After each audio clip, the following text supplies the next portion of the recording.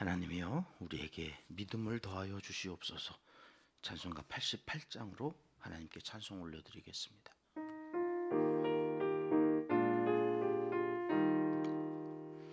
내 진정 사모하는 친구가 되시는 구주 예수님은 아름다워라.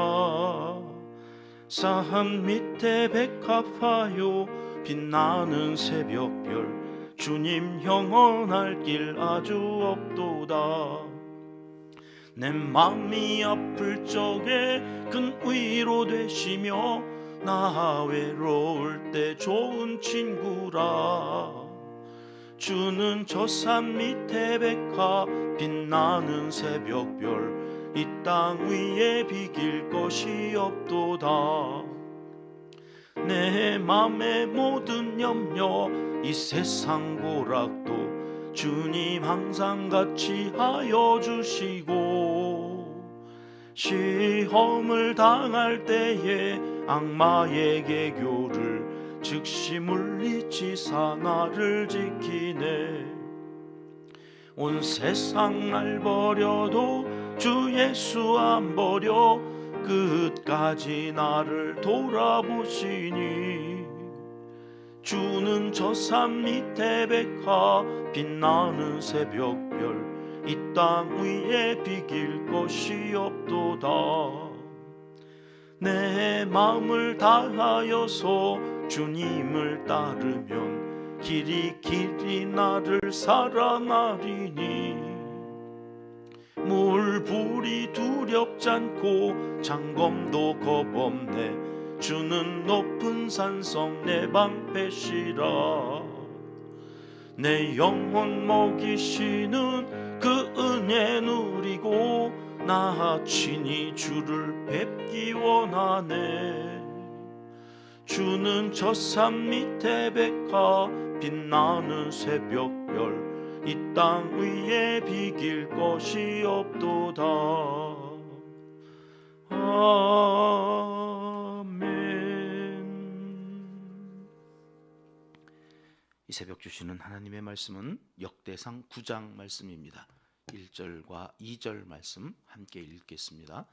온 이스라엘이 그 계보대로 계수되어 그들은 이스라엘 왕조실록에 기록되니라.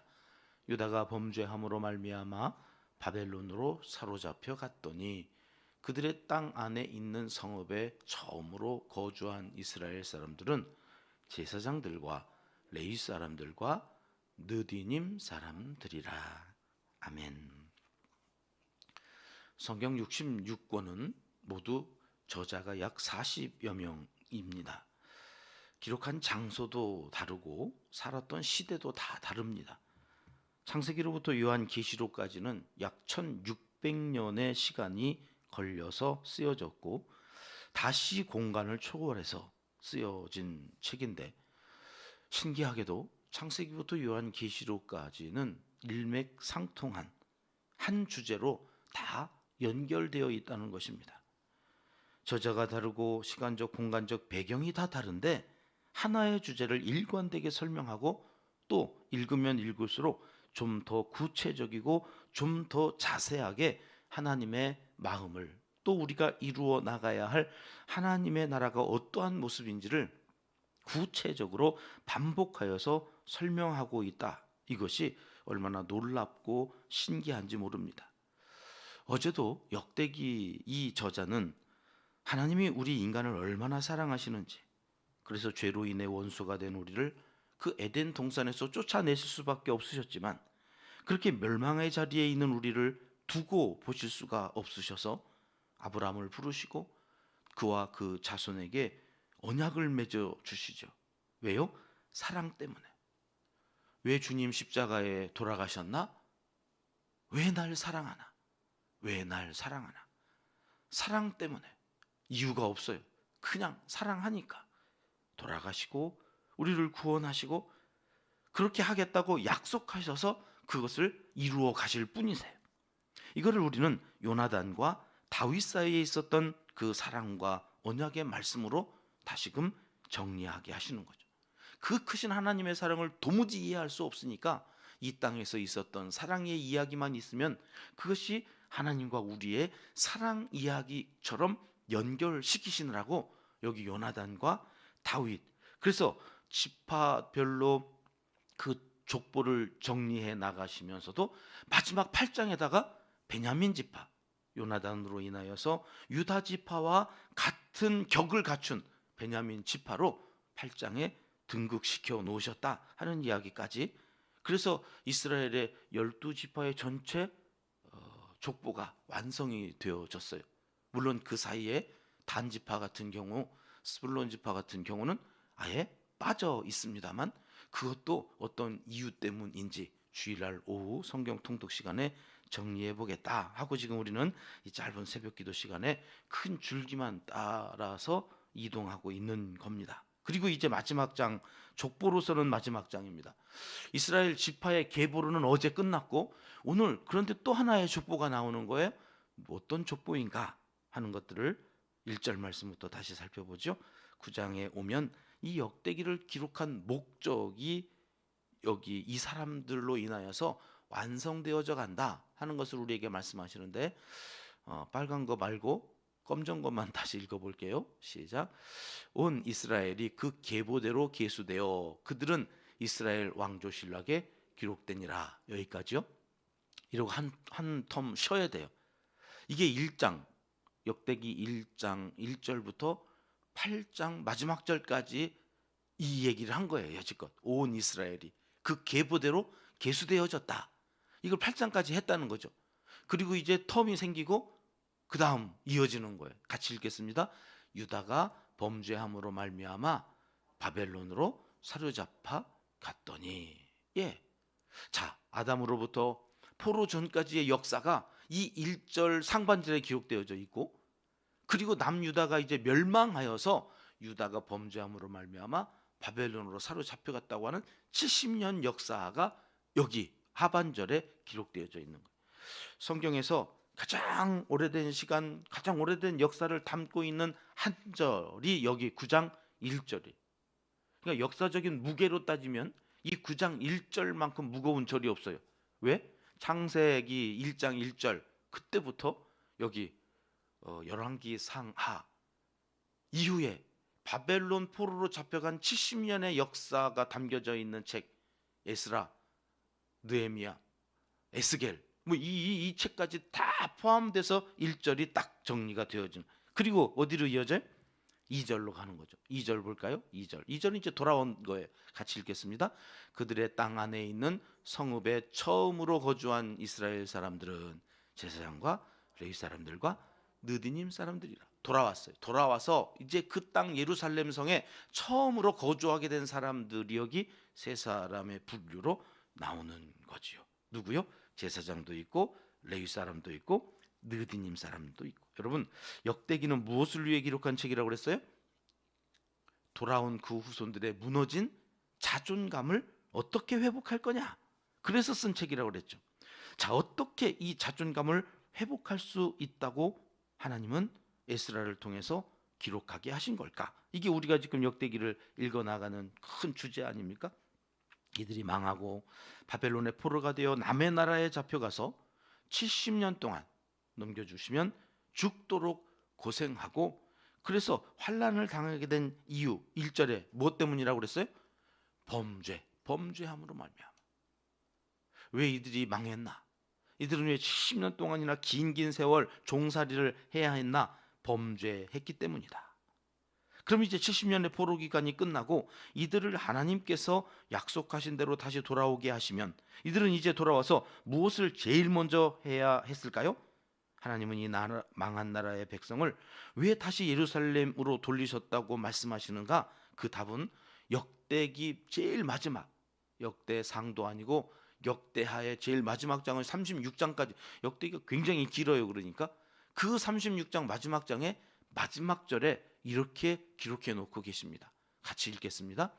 바사왕 고레스가 이같이 말하노니 하늘의 신 여호와께서 세상 만국을 내게 주셨고 나에게 명령하여 유다 예루살렘에 성전을 건축하라 하셨나니 너희 중에 그의 백성된 자는 다 올라갈지어다.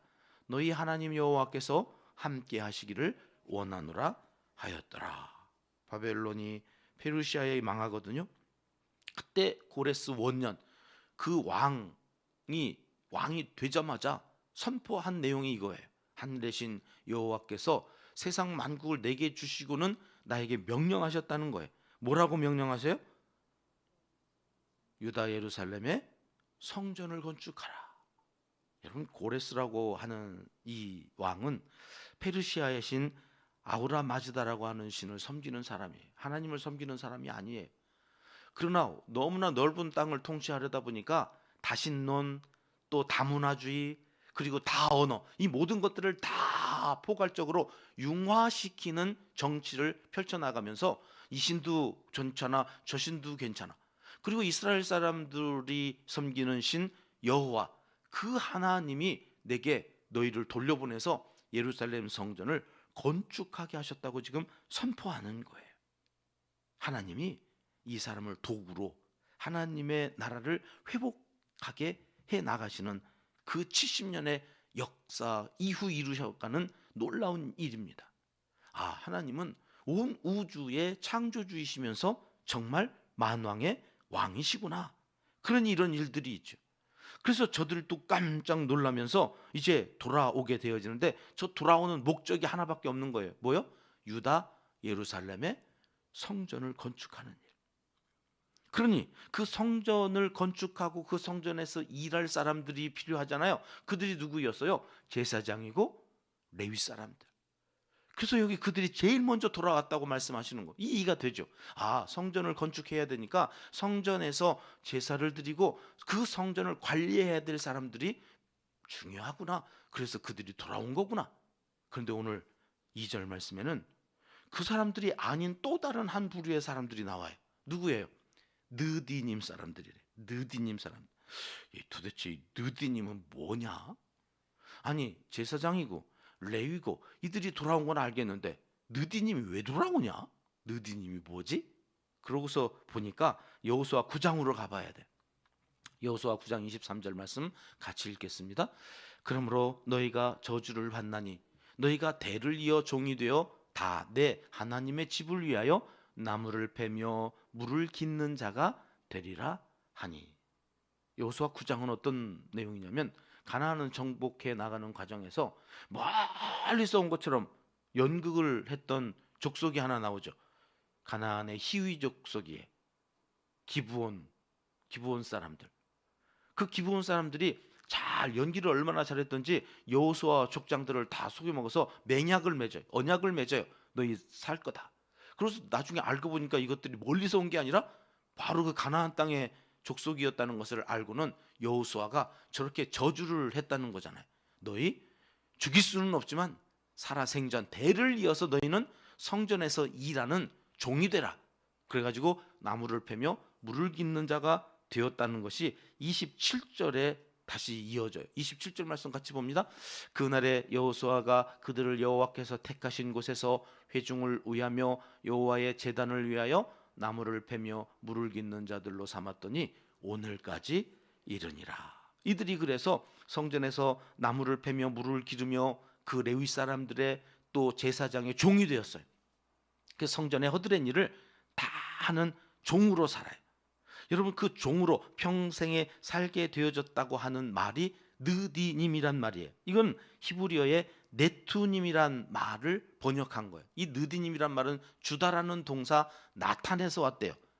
그래서 주어진 자들, 레위 사람들과 제사장들에게 주어진 자들, 그런 복수형의 동사로 쓰여지는데, 여기 주어진 자들의 정확한 히브리 표현이 네투님.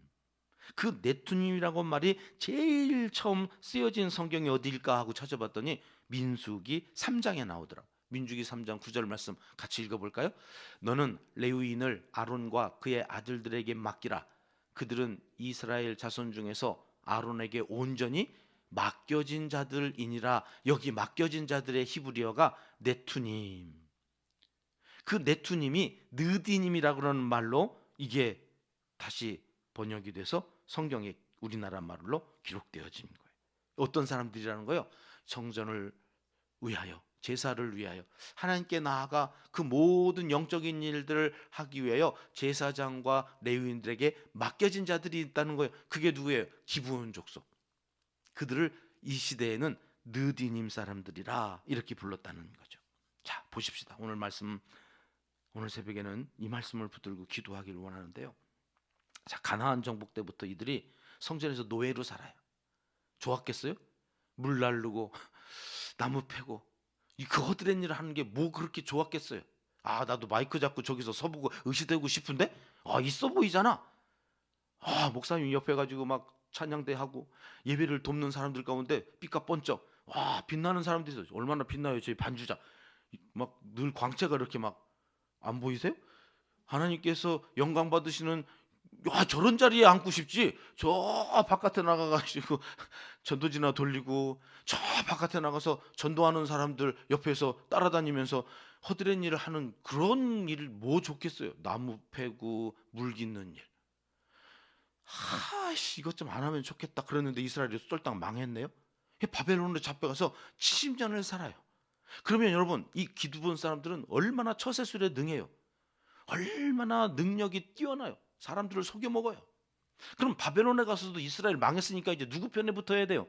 바벨론 편에 붙어서 이제는 이스라엘 나를 여지껏 학대하고 우리를 시원찮게 종이라고 노예로 부려먹었던 저 인간들, 그러면서 이스라엘 사람들을 학대하고 오히려 바벨론과 붙어서 뭔가 해도 되는 거잖아요. 그리고 70년이 지났으면 안 돌아와도 됐잖아요. 난 바벨론에 있으면 좋아. 아유, 가가지고 또 그 짓을 해야 돼. 나무 패고 물 깃고 에이 자존심 상 안 와도 되잖아요. 근데 여러분, 그들이 제사장 돌아올 때, 레위인들 돌아올 때 이 느디님 사람들 따라왔다는 거예요. 뭐 하려고? 나무 팰라고, 물 기르려고. 영원히 대를 이어 여호수아가 저주한 그 저주 때문에 돌아왔나 하고서 성경을 찾아봤더니요, 여러분, 바벨론 포로 이후로 돌아와가지고 쓴 책이 역대상하, 에스라, 느헤미야인데 여기에만 느디님 사람들의 이름이 17번 나와요. 여러분, 이거는 하나님이 이들이 억지로 했다는 게 아니에요. 자원하는 마음으로 돌아와서 우리에게 맡겨주신 성전에서 일하는 이 일이 얼마나 복된지를 우리가 알아서 이 일을 포기할 수 없어요. 우리는 제사장도 아니고 우리는 레위 사람도 아니지만 그들을 위해서 성전을 돕고 제사를 돕는 이 일이 얼마나 영광스러운 일인지, 우리도 유대인처럼 하나님이 우리를 사용하시고 인정해 주시고 우리도 천국 백성이 되어서 하나님 나라를 위해 이렇게 허드렛 일이라도 할 수 있다고 하는 것이 얼마나 기가 막힌 일인지를 알고 포기하지 않은 거예요. 그리고 와서 하나님의 나라를 위하여 이름도 없이 빛도 없이 그냥 합쳐서 느디님이야. 맡겨진 자들, 종. 근데 그 이름으로 충성스럽게 성전을 위하여 일했던 거예요. 그러니 여러분, 이스라엘 12지파임에도 불구하고 단지파 안 나와요. 스불론 지파 안 나와요, 역대상에. 그런데 여기에 느디님이라는 이름은 얼마나 많이 나오는지 몰라요. 여러분, 사람들은 나를 기억해 주지 않을지 몰라요. 사람들은 내가 어떤 수고를 하는지 알지 못할 수 있어요. 그런데 하나님은 아신다는 거예요. 자원하는 마음으로 그렇게 눈에 띄지 않는 그곳에서 나도 목사처럼 저렇게 마이크 잡고 서고 싶은데 왜 그런 마음이 인간인데 없겠어요? 여러분, 그 자리에 서 있는 나는 왜 나를 이렇게 세워가지고 나를 저는 이럴 때가 많거든요. 성경이 막 안 풀리고 이 말씀 왜 주신 거지? 도대체 지혜를 안 주실 때는 하루 종일 그 말씀 붙들고 싶으면 왜 나를 부르셔가지고 왜 이 고생을 시키는, 뭐 그럴 때가 있거든요. 많지는 않은데 가끔 있어요. 근데 여러분, 이들은 이름도 없어요.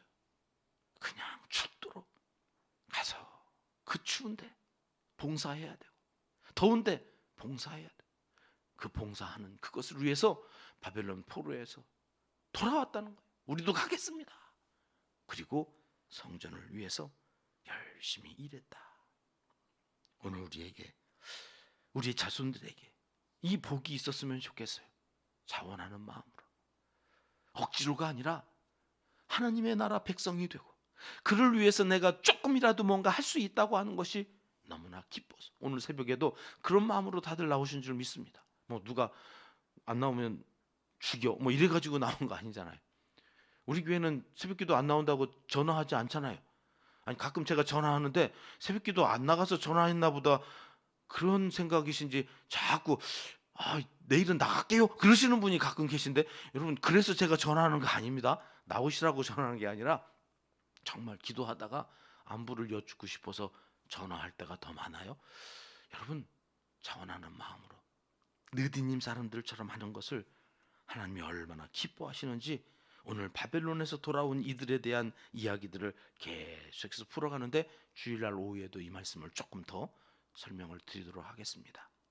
하나님께서 귀히 보시는 사람들, 자원하는 마음으로 하나님 앞에 나와 예배하고 성전을 위하여 수고하고 애쓰는 그 모든 것들을 하나님이 기억하시는 줄 믿고 오늘 또 기도하십시다. 내 기도를 기억하시겠구나. 그 믿음으로 기도하셔서 기도하신 그 모든 것들이 오늘 하루도 열매 맺어가는 복된 한 날이 되시기를 하나님은 이 시간 간절히 원하시고 계십니다. 기도하겠습니다. 하나님 아버지, 성전을 가까이 하고 예배를 드리는데 이렇게 저렇게 느디님 사람들처럼 봉사하고 섬기는 일이 얼마나 귀한 일인지 알게 해주시고 그 자리를 사모하게 하시니 감사합니다.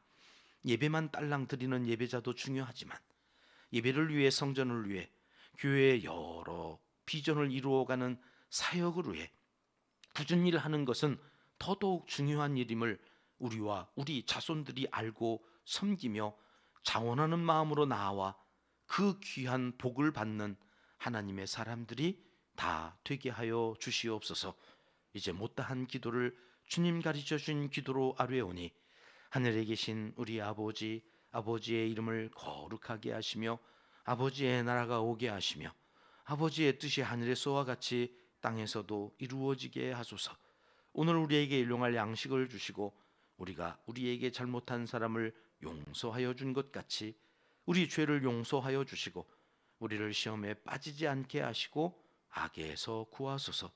나라와 권능과 영광이 영원히 아버지의 것입니다. 아멘. 오늘 수요일에 함께 합심해서 기도할 기도 제목 가지고 먼저 기도하겠습니다. 수요 저녁 예배가 있는 날이죠. 전심으로 드려지는 수요 저녁 예배. 공예배는 믿는 자들이 하나님과 약속한 예배의 시간입니다. 언약을 지키시는 하나님께서 그 약속을 지키는 하나님의 사람들을 찾고 계십니다.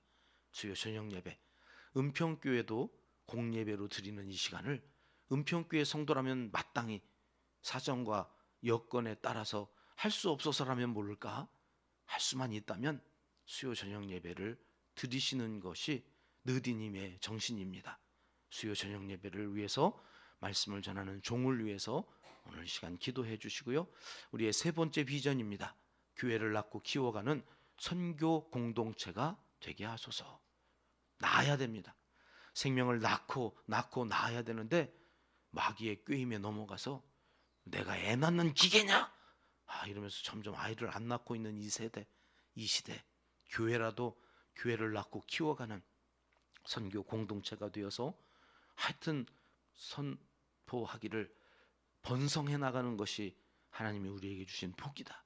교회가 흥왕하고 번성하기를 위해서 기도하겠습니다. 우리 은평교회를 사용하여 주시옵소서. 세계 100여 명의 매달 돕는 어린이들을 위해서도 기도합니다.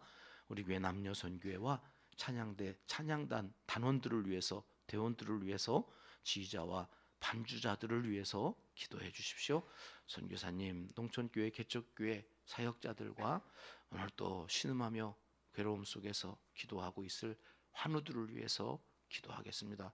어제 한 2달 못 나오시는 권사님한테 전화했더니 목사님 기도해 주셔서 많이 좋아졌어요. 이번 주일은 꼭 나갈게요. 나오시지 말라고 그랬어요. 제가 좀 더 좋아지면, 날씨 풀리면 나오세요. 한 주 급하게 나왔다가 또 몇 달 쉬시면 큰일 날까 봐 한 주 더 쉬었다 나오세요. 나오겠다고. 성전에서 예배 드리고 싶어서 못 견디어서 나오겠다고. 딸 의지해서 나가겠다고 막 그러시는데, 여러분 누구는 성전에 나오고 싶은데도 못 나와요. 그런데 나올 수 있는 사람들도 안 나와요. 하나님이 어떤 사람들의 기도를 들으실까요? 환우들을 위해서 저들의 간절한 성전에서 예배하는 그 시간을 하나님 허락해달라고 시간 여러분 뜨거운 가슴으로 함께 기도하겠습니다. 기도하십시다.